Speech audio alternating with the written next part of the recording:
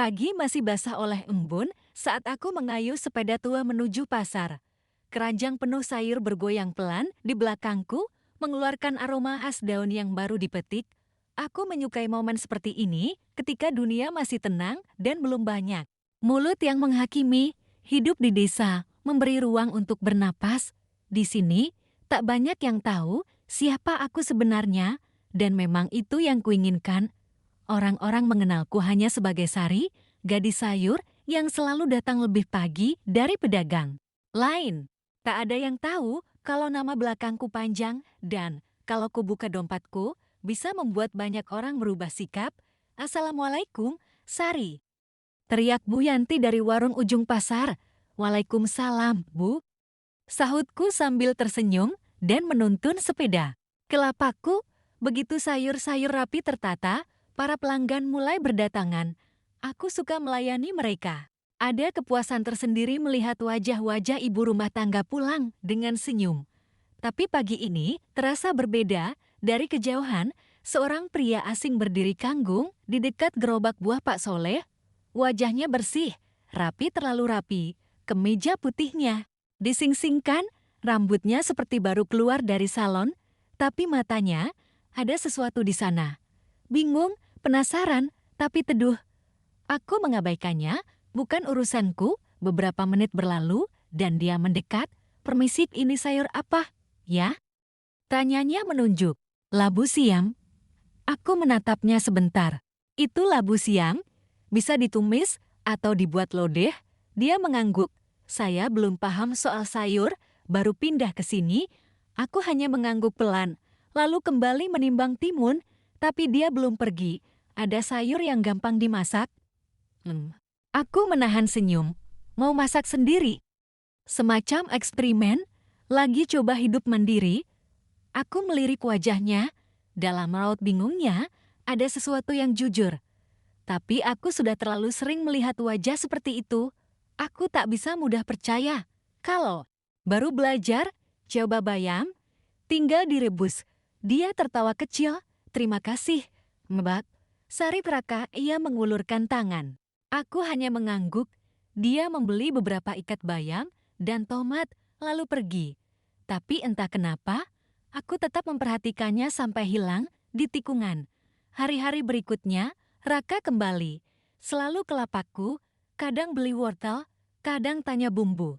Dapur kadang cuma senyum dan bilang, "Saya belum bisa move on dari lodeh kemarin. Terlalu halus untuk anak kampung."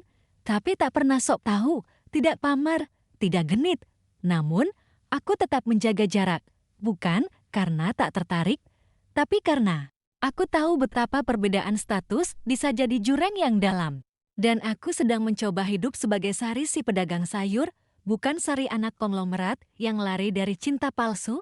Aku memilih hidup sederhana demi menemukan satu hal yang belum pernah bisa kubeli, cinta yang benar-benar jujur. Raka mungkin baik, tapi aku tak bisa langsung percaya hanya karena tatapannya terlihat tulus. Menjelang senja, aku menutup lapakku. Raka berdiri di ujung jalan, menungguku sambil memegang kantong plastik kecil. "Buatmu," katanya, menyodorkan sekotak makanan. "Ini apa?" tanda tanya. Tanyaku curiga. "Bayam rebus, versi saya balas jasa, karena kamu udah ngajarin." Aku menatapnya lama. Lalu, untuk pertama kalinya, aku menerima ulurannya. "Terima kasih," dan entah kenapa, rasanya seperti membuka pintu yang sudah lama kukunci. Sejak hari Raka memberiku bayam rebus itu, entah mengapa suasana pasar jadi berbeda. Aku jadi terbiasa melihat sosoknya berjalan santai di antara lapak-lapak. Kadang ia datang lebih pagi, pura-pura bertanya soal harga sayur, padahal aku tahu ia hanya ingin mengobrol. Awalnya aku berpikir dia akan bosan, tapi tidak, ia selalu punya alasan untuk kembali. "Pagi, Sari," sapanya sambil mengangkat kantong berisi 2 buah wortel. "Hari ini saya mau masak sop. Tapi kira-kira ini sudah cukup atau saya beli kentang juga?" Aku meliriknya sekilas. "Kalau mau sop yang beneran sop, ya pakai kentang sama daun bawang." Dia tertawa kecil. "Oke." Chef lalu dengan santainya menambahkan kentang ke keranjangnya. Kadang aku kesal sendiri. Dia terlalu ramah, terlalu perhatian dan itu membuatku takut. Aku datang ke desa ini untuk hidup tenang, bukan untuk membuka hati. Suatu siang, saat pasar mulai sepi, Raka duduk di bangku kecil di samping lapakku. Kamu nggak capek? Dari subuh begini, aku mengangkat. Bau, sudah biasa. Dia memandangku lama. Kamu kuat? Ya, saya jarang ketemu orang yang bisa senyum terus walau kelihatan lelah. Kalimat itu membuatku menunduk, bukan karena malu, tapi karena hatiku mulai goyah. Aku takut jika aku terlalu nyaman, semua rahasia yang kusimpan akan runtuh sore itu. Aku pulang lebih awal. Hujan deras membuat pasar bubar lebih cepat. Saat aku memarkir sepeda di depan rumah, ponselku berdering. Nomor yang muncul membuat dadaku sesak. Ayah, bisikku lirih, suara berat di seberang, langsung terdengar tegas. Sari, kamu sampai kapan mau main-main jadi pedagang sayur? Semua orang di Jakarta bertanya-tanya, perusahaan butuh kamu? Ingat, penanganmu masih menunggu. Aku terdiam, menelan rasa pahit di tenggorokanku. Ayah, aku sudah bilang, aku nggak mau perjodohan itu. Aku mau hidupku sendiri. Kamu pikir itu hidup? Itu pelarian. Cepat kembali sebelum semua orang tahu. Kamu hilang. Panggilan itu berakhir, meninggalkan sunyi yang berat, mataku panas. Aku duduk di tepi ranjang, memandang jemariku yang dingin. Selama ini, aku pikir aku kuat. Tapi, setiap kali suara ayah muncul, semua pertahananku runtuh. Malamnya, aku berjalan. Sendirian di tepi sawah. Udara dingin menusuk, tapi pikiranku jauh lebih kacau. Aku memikirkan Raka, dia pria baik. Mungkin terlalu baik untuk berada di dekat seseorang yang penuh rahasia sepertiku. Aku tahu, jika suatu saat ia mengetahui siapa aku sebenarnya, aku mungkin akan kehilangan satu-satunya orang yang bisa membuatku tertawa tanpa beban. Tapi yang membuatku takut adalah kenyataan bahwa aku mulai berharap dia tetap datang besok. 3 hari terakhir, aku sengaja menghindar, tidak ke pasar, tidak membuka pesan di ponsel. Aku bilang pada tetangga, aku sedang sakit, padahal yang sakit bukan tubuhku. Tapi pikiranku semua dimulai dari telepon ayah tempo hari. Ucapannya seperti paku yang menancap dalam. Aku takut. Takut rahasiaku terbongkar sebelum aku siap. Takut semua yang kubangun di sini runtuh pagi ini. Aku akhirnya keluar. Bukan ke pasar, tapi memenuhi panggilan ayah di kota terdekat.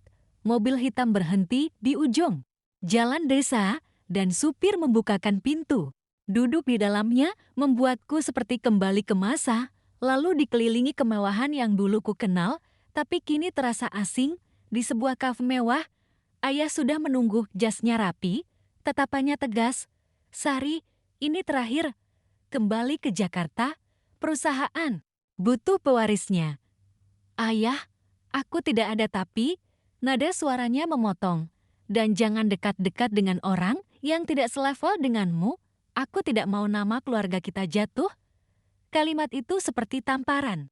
Aku menatap keluar jendela, berharap hujan turun, agar aku bisa menyembunyikan air mata. Usai pertemuan, ayah mengantarku ke mobil. Di saat itulah, aku melihatnya hadut berdiri di seberang jalan, memegang kantong belanjaan. Wajahnya membeku saat melihatku keluar dari mobil mewah itu. Matanya tak bertanya, tapi aku tahu ia sedang menghitung semua kebohongan yang pernah kukatakan lewat diamku. Aku terpaku, ingin berlari padanya, menjelaskan semuanya. Tapi kakinya sudah berbalik sebelum aku bisa bicara. Malamnya, aku menunggu di depan rumahnya. Lampu teras menyala, tapi pintu terkunci. Saat aku mengetuk, langkahnya terdengar dari dalam. Pintu terbuka, tatapannya dingin. Jadi ini kamu sebenarnya. Aku menelan ludah. Raka, aku bisa jelasin, seharusnya kamu jelasin dari awal. Aku pikir kita saling jujur. Aku cuma nggak mau kamu lihat aku karena statusku. Aku mau kamu kenal aku sebagai Sari yang biasa-biasa saja. Dia menggeleng, tapi kamu bohong. Dan itu lebih buruk dari semua status di dunia ini. Setelah itu, ia menutup pintu. Suara itu terdengar lebih keras dari hujan yang mulai turun. Aku berdiri di luar cukup lama. Dinginnya merayap ke tulang, tapi rasa kehilangan jauh lebih menusuk. Dan untuk pertama kalinya sejak datang ke desa ini, aku tidak yakin apakah keputusanku untuk menyembunyikan siapa diriku adalah keputusan yang benar. 2 minggu berlalu sejak malam itu, hidup terasa kembali sepi, seperti sebelum Raka datang. Aku tetap berjualan di pasar, tapi tanpa sapaan hangatnya, lapakku seperti kehilangan cahaya. Kadang aku melihatnya dari kejauhan. Berjalan cepat tanpa menoleh, seperti semua yang kami lalui, hanyalah mimpi yang tak pernah ada, dan itu menyakitkan. Suatu sore, aku memutuskan berhenti lari. Aku harus bicara. Aku menunggu di tepi jalan dekat sawah, tempat ia sering melewati. Jalur pulang, saat langkahnya mendekat, aku memberanikan diri. Raka, suaraku nyaris tak terdengar. Ia berhenti, menatapku, matanya tetap dingin, tapi ada lelah di sana. Apalagi yang mau kamu bilang? Aku minta maaf, ucapku pelan. Aku salah karena menyembunyikan siapa aku.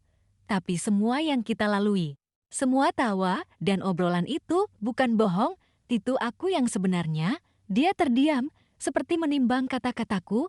Aku ke desa ini untuk mencari cinta yang gak dibeli sama uang. Selama ini, aku selalu dikelilingi orang yang cuma peduli pada nama keluargaku. Aku nggak mau itu terjadi sama kita. Raka menunduk, menghela napas panjang. Kamu tahu kenapa aku kesini? Karena aku juga muak sama dunia yang cuma lihat orang dari hartanya. Tapi yang kamu lakukan membuatku ngerasa kamu nggak percaya kalau aku bisa mencintai kamu tanpa itu semua. Kata-katanya menusuk, tapi benar. Aku terdiam. Kami berdiri lama di tengah senja yang mulai pudar. Angin membawa aroma. Tanah basah mengingatkanku pada awal pertemuan kami. Aku nggak tahu apakah kita bisa balik kayak dulu, katanya akhirnya. Tapi aku tahu satu hal. Aku nggak mau nyesel karena nggak mencoba. Mataku panas. Jadi, dia tersenyum tipis. Jadi kita mulai lagi. Tapi kali ini tanpa rahasia. Aku mengangguk, menahan air mata saat ia mengulurkan tangannya. Aku meraihnya hangat nyata, bukan sekadar janji. Beberapa bulan kemudian, aku dan Raka memulai usaha kecil di desa kebun sayur yang hasilnya dijual langsung ke pasar. Hidup kami sederhana, tapi penuh tawa. Aku tak lagi bersembunyi dari masa laluku, dan ia tak lagi menutup hati dari rasa percaya. Kadang, di pagi yang sunyi, saat kami memetik sayur bersama, ia bercanda, kalau dari awal kamu bilang kamu anak konglomerat, mungkin aku nggak berani godain kamu. Aku tertawa, kalau dari awal aku tahu kamu anak orang kaya, mungkin aku nggak mau jawab sapaan kamu. Kami saling pandang, lalu tertawa bersama, karena kami tahu, cinta yang kami temukan di sini bukan karena harta, tapi karena hati.